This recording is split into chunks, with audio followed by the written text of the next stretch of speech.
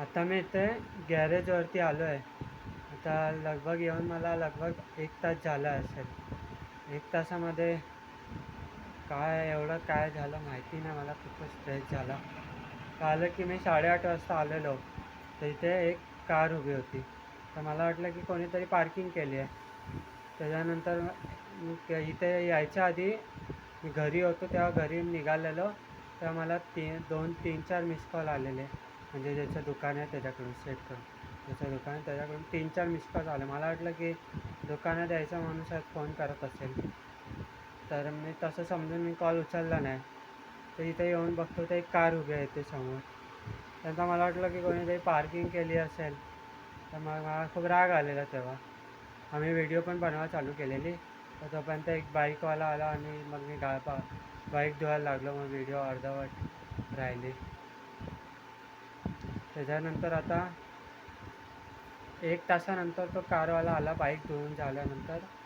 आणि मग तो फिरत होता. मी त्याला विचारलं की तुमची कार आहे का? म्हणाला हा माझी आहे. मी म्हटलं मी त्याला इथे का पार्किंग केली आहे. नंतर मला पण वाटलं असेल सर धुवायची असं, विचारलं त्याला धुवायची आहे का? तर हा आम्ही फोन पण केलेला.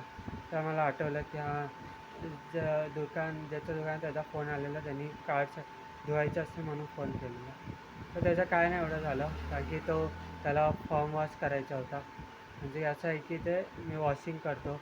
गॅरेज पण आहे, पण गॅरेजचं काम मला येत नाही आणि ते गॅरेजसाठी कोण आहे पण नाही. तर मी वॉशिंग करतो.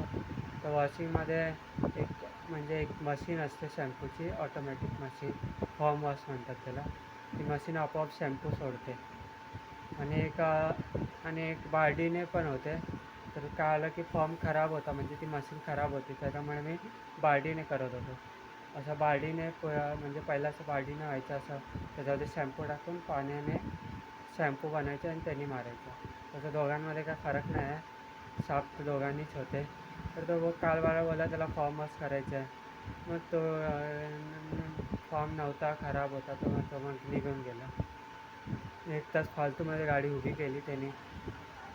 त्या आधी येऊन बोलला असता तो सांगितलं असता, एवढा टायमानंतर आला आणि म्हणाला गाडी धुवायची आहे त्याला. त्याच्यामुळे मी 1 तासापासून ते विचारतो कोणाची कार आहे, अशी का लावली आहे. तर धुवायची होती ती कार. मी फोन नव्हता उचलला त्याच्यामुळे बंद झाला. त्याच्यामुळे मला माहिती नव्हतं. मग खूप जाम रागात होतो. रागात मी व्हिडिओ पण बनवलेला, त्याच्यामध्ये काय काय म्हणालेलो आता काय सांगू नाही शकत. तो व्हिडिओ अर्धवटच राहिला. तर आता इथं एक नो पार्किंगचा बोर्ड लावायला पाहिजे. आता कोण ना कोणतरी असं नाही तर तर त्याला तर धुवायचं होतं, पण कोण ना कोणतरी इथं गाडी असा लावतात, म्हणजे असं गाडी अशी उभी करतेच, त्याच्यानंतर निघून जातात आणि नंतर मग 1-2 तासानंतर येतात. बाजूची बिल्डिंग आहे तेच लोक जास्त असतात, बाहेरच्या एवढे नसतात.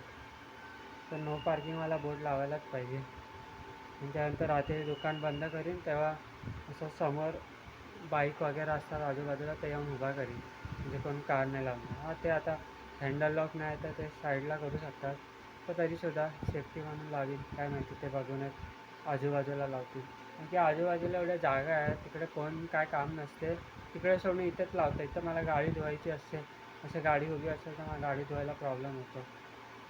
तर हा तर नव्हता याला, तर हा असं करतात, म्हणजे असं तेच विचार करतो. आता गाडी उभा करत जाईन, आता एक नो पार्किंगचा बोर्ड लागेल आणि मग कोणी उभं केलं तर सीधा दाखवेल तेव्हा लिहिला नो पार्किंग, वाचता येत नाही का.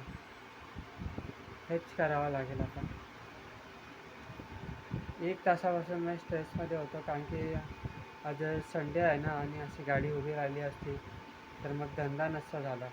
आता तिथं एकच गाडी आली आहे, तर तरी पण अशी गाडी उभी असते ना, तरी कस्टमर कसं बघितलं तरी पण येत नाही, कारण की असं त्यांना वाटतं की गाडी धुवायची वगैरे असं, मग कस्टमर येत पण विचारायला पण नाही.